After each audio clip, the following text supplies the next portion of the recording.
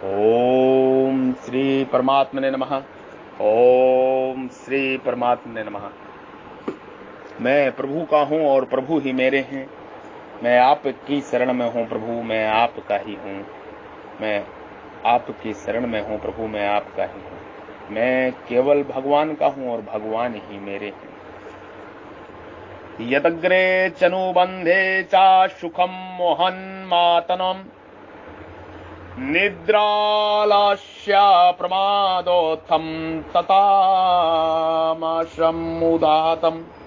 निद्रा, आलस और प्रमाद से उत्पन्न होने वाला जो सुख आरंभ में और परिणाम में भी अपने को मोहित करने वाला है, वह सुख तामस कहा गया है। निद्रालस्य प्रमादमोदत्थम। जब राग अत्यधिक बढ़ जाता है तब वह तमोगुण रूप धारण कर लेता है। इसी को मोह कहते हैं, इसी को मोह कहते हैं।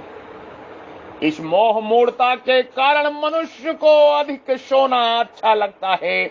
अधिक सोने वाले मनुष्य को गाढ़ नींद नहीं आती। गाढ़ नींद न आने से तंद्रा ज्यादा आती है और स्वप्न भी ज्यादा आते हैं। तंद्रा और स्वप्न में तामस मनुष्य का बहुत समय बर्बाद हो जाता है, परंतु तामस मनुष्य को इसी से ही सुख मिलता है। इसलिए वह सुख को निद्रा से उत्पन्न बताया गया है। जब तमोगुण अधिक बढ़ जाता है तब मनुष्य की वृत्तियां भारी हो जाती हैं। फिर वह आलस्य समय बर्बाद कर देता है। आवश्यक काम सामने आने पर वह कह देता है कि फिर कर लेंगे, अभी तो आराम कर रहे हैं। इसी प्रकार आलस अवस्था में उसको सुख मालूम देता है, परंतु निकम्मा रहने के कारण उसकी इंद्रिय और अंतकरण में स्थिरता आ जाती है। मन में संसार का फालतू चिंतन होता रहता है और मन में अशांति, शोक, विषाद, चिंता, दुख होते रहते हैं। जब इससे भी अधिक तमोगुण बढ़ जाता है तब मनुष्य प्रमाद करने लग जाता है। वह प्रमाद दो तरह का होता है, अक्रिय प्रमाद और सक्रिय प्रमाद। घर, परिवार, शरीर आदि के आवश्यक कर्मों को न करना और निठल्ले बैठे रहना अक्रिय प्रमाद है। व्यर्थ क्रियाएं देखना, सुनना, सोचना आदि करना, बीड़ी, सिगरेट, शराब, भांग, तमाकू, खेल तमाशा आदि दुष्टों को लगना और चोरी, डकैती, झूठ, कपट, बेईमानी, व्यभिचार, अभक्ष्य, भक्षण और आदि दुराचारों में लगना सक्रिय प्रमाद है। प्रमाद के कारण तामस पुरुषों को निरर्थक समय बर्बाद करने में तथा झूठ, कपट, बेईमानी आदि करने में सुख मिलता है। जैसे काम धंधा करने वाले पैसे, मजदूरी या वेतन तो पूरे ले लेते हैं, पर काम पूरा और ठीक ढंग से नहीं करते। चिकित्सक लोग रोगियों का ठीक ढंग से इलाज नहीं करते, जिससे रोगी लोग बार बार आते रहें और पैसे देते रहें।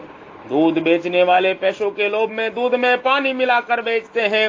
पैसे अधिक देने पर भी वे पानी मिलाना नहीं छोड़ते। ऐसे पाप रूप प्रमाद से उनको घोर नरक की प्राप्ति होती है। जब तमोगुणी प्रमाद वृत्ति आती है तब वह सत्वगुण के विवेक ज्ञान को ढक देती है, और जब तमोगुणी निद्रा आलस्य वृत्ति आती है तब वह सत्वगुण के प्रकाश को ढक देती है। विवेक ज्ञान के ढकने पर प्रमाद होता है, विवेक ज्ञान के ढकने पर प्रमाद होता है, तथा प्रकाश के ढकने पर आलस और निद्रा आती है। तामस पुरुष को निद्रा, आलस और प्रमाद तीनों से सुख मिलता है। इसलिए तामस सुख को इन तीनों से उत्पन्न बताया गया है। निद्रा दो प्रकार की होती है, युक्त निद्रा और अति निद्रा। युक्त निद्रा में एक विश्राम मिलता है। विश्राम से शरीर, मन, बुद्धि, अंतकरण में निरोगता, स्फूर्ति, स्वच्छता, निर्मलता और ताजगी आती है। ताजगी आने से साधन भजन करने में और सांसारिक काम करने में भी शक्ति मिलती है और उत्साह रहता है। इसलिए युक्त निद्रा दोषी नहीं है, प्रत्युत सबके लिए आवश्यक है। भगवान ने भी युक्त निद्रा को आवश्यक बताया है। युक्त स्वप्न बोध्यस्य योगी भवति दुःखः। ताजगी मात्र के लिए निद्रा साधक के लिए आवश्यक है।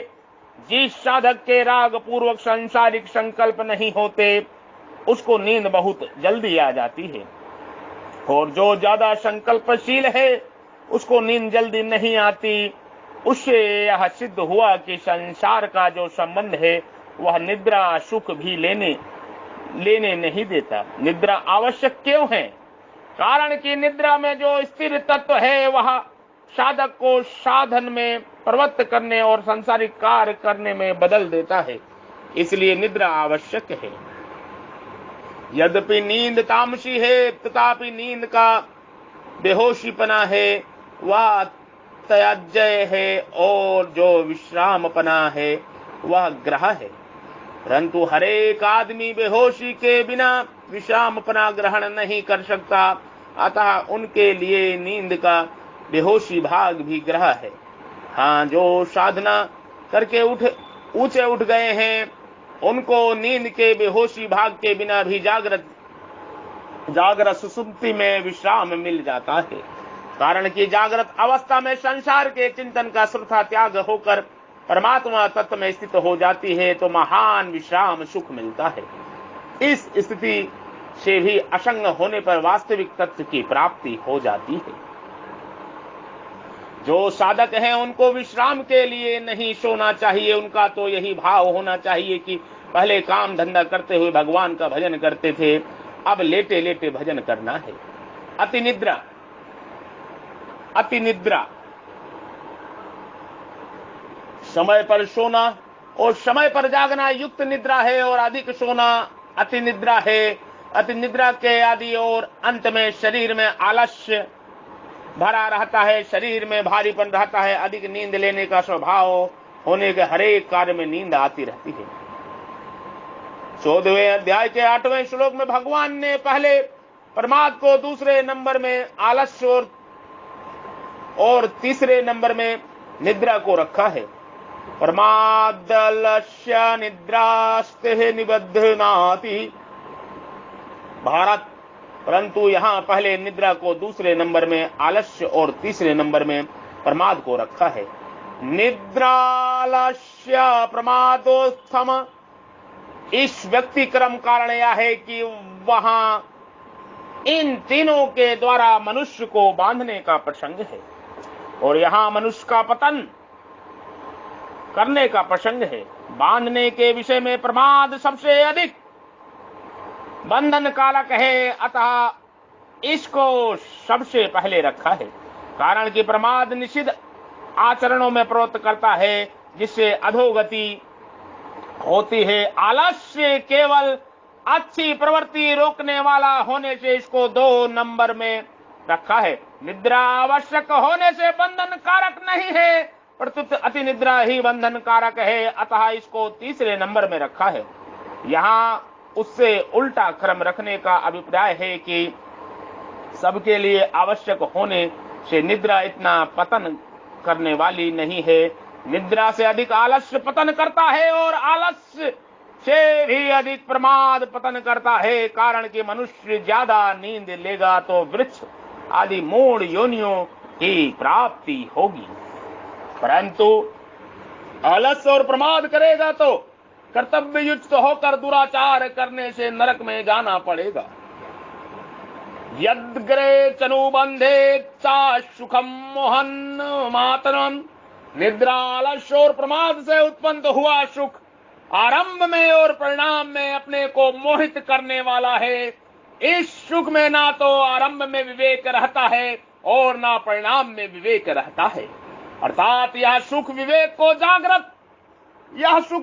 जागृत नहीं होने देता। पशु पक्षी कीट पतंग आदि में भी विवेक शक्ति जागृत न रहने से वे क्रिया के आरंभ और परिणाम को सोच नहीं पाते।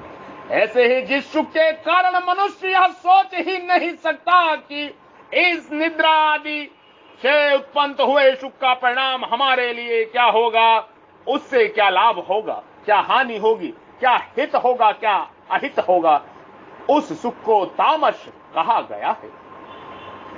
तताम समुदातम, प्रकृति और पुरुष दोनों अनादि है और ये दो हैं, इस प्रकार इनकी पृथकता विवेक भी अनादि है। यह विवेक पुरुष में ही रहता है, प्रकृति में नहीं। जब यह पुरुष इस विवेक का अनादर करके अविवेक के कारण प्रकृति के साथ संबंध जोड़ लेता है, तब इस संबंध के कारण पुरुष में राग पैदा हो जाता है। जब राग बहुत सूक्ष्म रहता है तब विवेक प्रबल रहता है। जब राग बढ़ जाता है तब विवेक दब जाता है, मिटता नहीं। पर विवेक ठीक तरह से जागृत हो जाए तो फिर राग टिकता नहीं, अर्थात राग का अभाव हो जाता है। और उस समय पुरुष का मुक्त कहलाता है। उस समय पुरुष मुक्त कहलाता है। उस समय पुरुष मुक्त कहलाता है। उस राग के कारण मनुष्य की प्रकृतिंजय सुख में आसक्ति हो जाती है। उस आसक्ति के रहते हुए जब मनुष्य किसी कारणवश सात्विक सुख को प्राप्त करना चाहता है, तब राजस और तामस सुख का त्याग करने में उसे कठिनता मालूम देती है। यदाग्रे विष्णुः, परंतु जब राग मिट जाता है तब वह सुख अमृत की तरह हो जाता है। परिणामे मृत्रोपमम्, राग के कारण ही रजोगुणी सुख आरंभ में अमृत की तरह दिखता है, पर वह सुख परिणाम में प्राणी के लिए जहर की तरह अनिष्टकारक अर्थात महान दुख रूप हो जाता है। प्रकृतिंजय सुख की आसक्ति होने पर दुख की परंपरा कोई अंत नहीं आता। जब वही राग तमोगुणी रूप धारण कर लेता है तब मनुष्य की वृत्तियां भारी हो जाती हैं। फिर मनुष्य नींद और आलस्य में समय बर्बाद कर देता है तथा आवश्यक कर्तव्य विमुख होकर अकर्तव्य में लग जाता है। परंतु तामस पुरुष को इन्हीं में सुख मालूम देता है, इसलिए यह तामस सुख आदि और अंत में मोहित करने वाला है। जो प्रतिक्षणा भाव में जा रहा है वह वास्तव में नहीं है, पर जो नहीं है प्रकाशित करने वाला तथा उसका आधार है वह वास्तव में तत्व है। उसी तत्व को सच्चिदानंद, उसी तत्व को सच्चिदानंद, उसी तत्व को सच्चिदानंद कहते हैं। निरंतर सत्ता रूप से रहने के कारण उसे सत कहते हैं। ज्ञान रूप होने के कारण उसे चित कहते हैं और आनंद रूप होने के कारण उसे आनंद कहते हैं। आनंद कहते हैं। उस सच्चिदानंद परमात्मा का ही अंत होने से यह प्राणी भी सच्चिदानंद स्वरूप है। परंतु जब प्राणी असत्य वस्तु की इच्छा करता है कि अमुक वस्तु मुझे मिल जाए, तब उस इच्छा से वह स्वतः स्वाभाविक आनंद सुख ढक जाता है। जब असत्य वस्तु की इच्छा मिट जाती है तब उस इच्छा के मिटने पर ही स्वतः स्वाभाविक सुख प्रकट हो जाता है। नित्य निरंतर रहने वाला जो सुख रूप तत्व है उसमें उस सात्विक बुद्धि तल्लीन हो जाती है। जब बुद्धि में स्वच्छता निर्मलता आ जाती है, उस स्वच्छ और निर्मल बुद्धि से अनुभव में आने वाला स्वाभाविक सुख ही सात्विक कहलाता है। बुद्धि से भी जब संबंध छूट जाता है तब वास्तविक सुख रह जाता है। सात्विक बुद्धि के संबंध से ही उस सुख की सात्विक संज्ञा होती है। बुद्धि से संबंध छूटते ही उसकी सात्विक संज्ञा नहीं रहती। मन में जब किसी वस्तु को प्राप्त करने की इच्छा होती है तब उस वस्तु मन में बस जाती है, अर्थात मन और बुद्धि का उसके साथ संबंध हो जाता है। जब वह मनवांछित वस्तु मिल जाती है तब वह वस्तु मन में निकल जाती है, अर्थात वस्तु का मन में जो खिंचाव था वह निकल जाता है। उसके निकलते ही अर्थात वस्तु में संबंध विच्छेद होते ही वस्तु के अभाव का जो दुख था वह निवृत्त हो जाता है और नित्य रहने वाला स्वतः सिद्ध सुख का तत्कालिक अनुभव हो जाता है।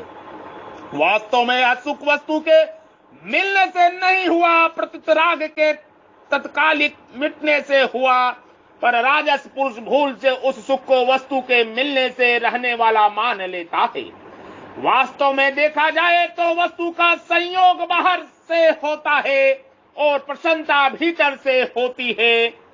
भीतर से जो प्रसन्नता होती है वह बाहर के संयोग से पैदा नहीं होती। प्रत्युत भीतर मन में बसी हुई वस्तु के साथ जो संबंध था, उस वस्तु से संबंध विच्छेद होने पर पैदा होती है। तात्पर्य है कि वस्तु के मिलते ही अर्थात बाहर से वस्तु का संयोग होते ही भीतर से उस वस्तु से संबंध विच्छेद हो जाता है और संबंध विच्छेद होते ही नित्य रहने वाला स्वाभाविक सुख का आभास हो जाता है। जब नींद में बुद्धि तमोगुण में लीन हो जाती है तब बुद्धि की स्थिति को लेकर वह सुख प्रकट हो जाती है, कारण कि तमोगुण के प्रभाव से नींद में जागृत और स्वप्न के पदार्थों की विस्मृति हो जाती है। पदार्थों की स्मृति दुखों का कारण है। पदार्थों की विस्मृति होने से निद्रा अवस्था में पदार्थों का वियोग हो जाता है, तो उस वियोग से कारण स्वाभाविक सुख का आभास होता है। इसी को निद्रा का सुख कहते हैं। परंतु बुद्धि की मलिनता से वह स्वाभाविक सुख जैसा है वैसा अनुभव में नहीं आता। तात्पर्य है कि बुद्धि के तमोगुणी होने से बुद्धि में स्वच्छता नहीं रहती और स्वच्छता न रहने से वह सुख स्पष्ट अनुभव में नहीं आता। इसलिए निद्रा के सुख को तामस कहा गया है। इन सब का तात्पर्य है कि सात्विक मनुष्य को संसार से विमुख होकर तत्व में बुद्धि के तल्लीन होने से सुख होता है। राजस मनुष्य को राग के कारण अंतकरण में बसी हुई वस्तु के बाहर निकलने से सुख होता है और तामस मनुष्य को वस्तुओं के लिए किए जाने वाले कर्तव्य कर्मों को विस्मृति से और निरर्थक क्रियाओं से लगने से सुख होता है। इससे यह सिद्ध हुआ कि नित्य निरंतर रहने वाला सुख रूप तत्व वह असत के संबंध से आच्छादित रहता है। विवेक पूर्वक असत से संबंध विच्छेद हो जाने पर राग वाली वस्तुओं के मन से निकल जाने पर बुद्धि के तमोगुणी लीन हो जाने पर जो सुख होता है उसी सुख का आभास है। तात्पर्य हुआ कि संसार से विवेक पूर्वक विमुख होने पर सात्विक सुख भीतर से, वस्तुओं के निकलने पर राजस सुख मूढ़ता से, निद्रा से, आलस्य से, संसार को भूलने पर तामस सुख होता है। परंतु वास्तविक सुख तो प्रकृति जय पदार्थों से सर्वथा संबंध विच्छेद से ही होता है। इस सुखों में जो प्रियता, आकर्षण और सुख का भोग है वही परमार्थिक उन्नति में बाधा देने वाला और पतन करने वाला है। इसलिए परमार्थिक उन्नति चाहने वाले साधकों को इन तीनों सुखों से संबंध विच्छेद अत्यंत आवश्यक है। तामस मनुष्य में मोह रहता है। तमस ज्ञानगंज विधि मोहन सर्वदेही नाम। मोह विवेक में बाधक होता है। तामसी वृत्ति विवेक जागृत नहीं होने देती, इसलिए तामस मनुष्य में विवेक मोह के कारण लुप्त हो जाता है, जिसमें वह आरंभ या अंत देखता ही नहीं।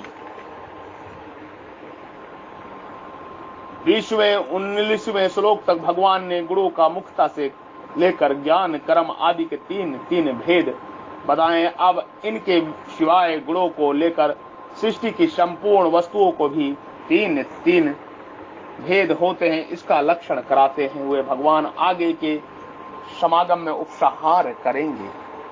प्रभु उपसंहार करेंगे। आलस्य और अक्रिय प्रमाद एक जैसा दिखते हुए भी उनमें थोड़ा अंतर है। आलस्य वृत्तियों के भारी होने से सुख होता है और अक्रिय प्रमाद से कर्तव्य कर्मों को छोड़ने से सुख होता है। तमोगुणी वृत्ति जो प्रमाद है वह तो अच्छी प्रवृत्ति को रोककर खेल कूद आदि सामान्य फालतू क्रियाओं में लगता है, परंतु जब प्रमाद के साथ राग मिल जाता है तो रजोगुण रूप तब उसमें कामना पैदा हो जाती है। कामना से फिर अनेक तरह के पाप अनर्थ होते हैं जिनका परिणाम बड़ा भयंकर होता है। राग से अनेक विकार पैदा होते हैं, पर वे सब विकार प्रकृति में ही होते हैं, पुरुष में नहीं।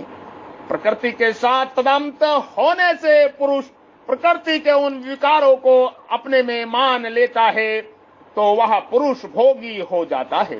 परंतु जब उसको यह बोध हो जाता है कि विकार आते हैं, जाते हैं, उत्पन्न होते हैं और नष्ट होते हैं, पर विकारों के आदि और अंत को देखने वाली अपनी नित्य सत्ता ज्यों की त्यों रहती है, तब उस अवस्था में पुरुष योगी हो जाता है। निद्रा को तामस सुख कहने का अभिप्राय है कि इसमें बुद्धि मोहित हो जाती है, अर्थात उसमें बेहोशी आ जाती है। उस बेहोशी में संसार की सर्वथा विस्मृति हो जाती है और जागृत अवस्था सर्वथा दब जाती है। इसलिए इसको तामस सुख कहा गया है। इस विश्राम में निद्रा से मिलने वाली जो ताजगी है वह मिल जाती है, परंतु इस ताजगी का सुख लेने से गुणातीत नहीं होता। गुणातीत तो समाधि के सुख में असंग होने से होता है। प्रकृति क्रियाशील परिवर्तनशील है और परमात्मा तत् अपरिवर्तनशील निर्विकार शांत निश्चल है। निद्रावस्था में उस निश्चल तत्व में स्थिति हो जाती है, परंतु अंतकरण में भोगों का महत्व रहने से निद्रा के बाद मनुष्य फिर भोग और संग्रह में भी रुचि हो जाती है और वह उसी में ही लग जाता है। इस प्रकार राग के कारण मनुष्य उस निश्चल तत्व से लाभ नहीं ले सकता और निद्रा केवल थकावट दूर कर देती है। अगर वह भोग और ऐश्वर्य की आसक्ति सर्वथा त्याग कर दे तो उसकी निद्रा में और निद्रा के बाद भी स्वरूप में स्वतः स्वाभाविक अटल स्थिति रहेगी।